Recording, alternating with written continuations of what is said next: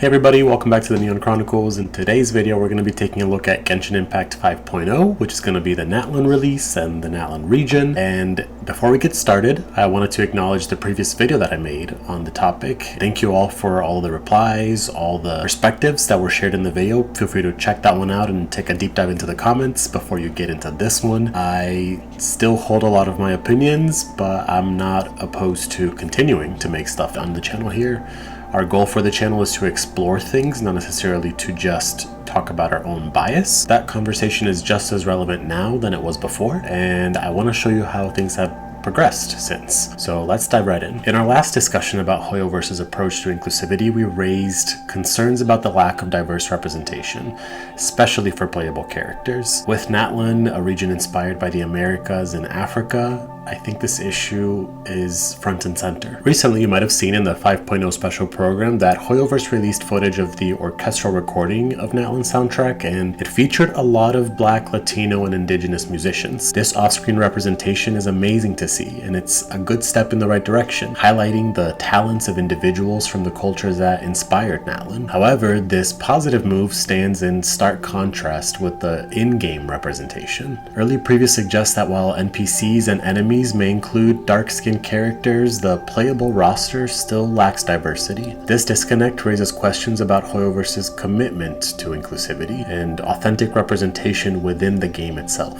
While the musical collaboration is commendable, it's crucial to carry that inclusivity into the core game experience. As we explore Natlan, keep this contrast in mind. It's a testament to the ongoing challenges and opportunities in game development when it comes to representation. If you still have lingering opinions on this topic, feel free to leave them in the comments below. We had a great conversation in the last video, so I want to make sure we keep that going. But now let's dive into the heart of Natlan. The new region is home to the Eternal Flame, a mystical force that, according to the trailer at least, has kept the Abyss at bay. Implemented by the previous Archon with the help from the locals, the Pyre is the place where they compete and has been Natlan's primary defense against dark forces. But, of course, trouble is brewing. The new Archon faces a significant threat from Capitano, a Fatui Harbinger seeking to steal the Pyronosis. His motives, probably initially aligned with the Fatui's grand plan, might also have some personally driven ambitions. It sounds like this is about more than the Tsaritsa. It's, for now, a shrouded mystery, much like him.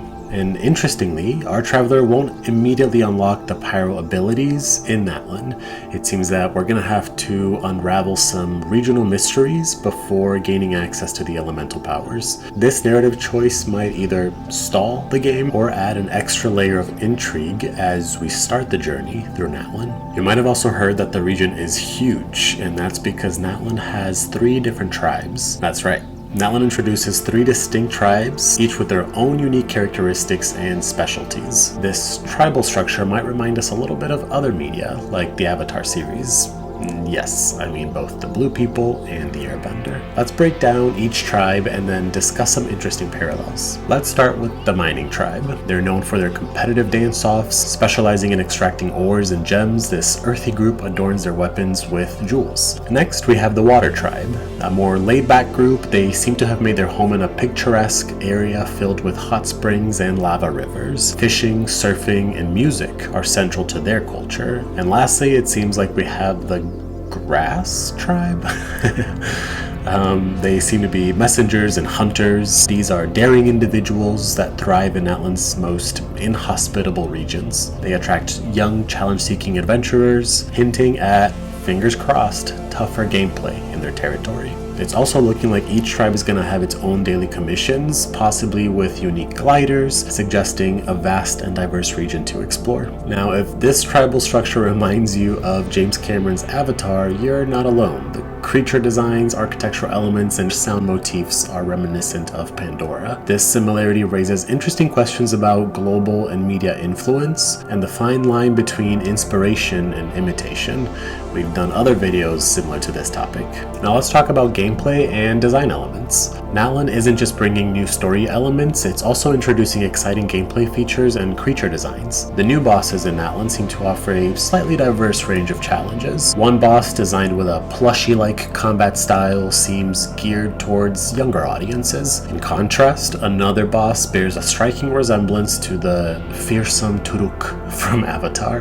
This range of design speaks to Hoyoverse's attempt to appeal to broader audiences, from casual players to those seeking more intense battles. The inclusion of these creature designs, along with the overall aesthetic of Natlan, seems to tap into the sense of nostalgia. By echoing elements from popular media, Hoyoverse might be trying to attract audiences who enjoy these franchises. It's a strategy we've seen in global media before, leveraging familiar elements to create a sense of comfort and excitement in new content. Let's also talk about movement mechanics. Natlan's vast landscape has prompted Hoyoverse to consider expanded traversal mechanics. These decisions might be influenced by competitors like Wuthering Waves, which feature more dynamic movement with its ecosystem and grappling tools, and it's also an excellent example of how competition can drive innovation in game design. We're also getting some much needed quality of life improvements that include a new pity system that can save you from losing your 50-50,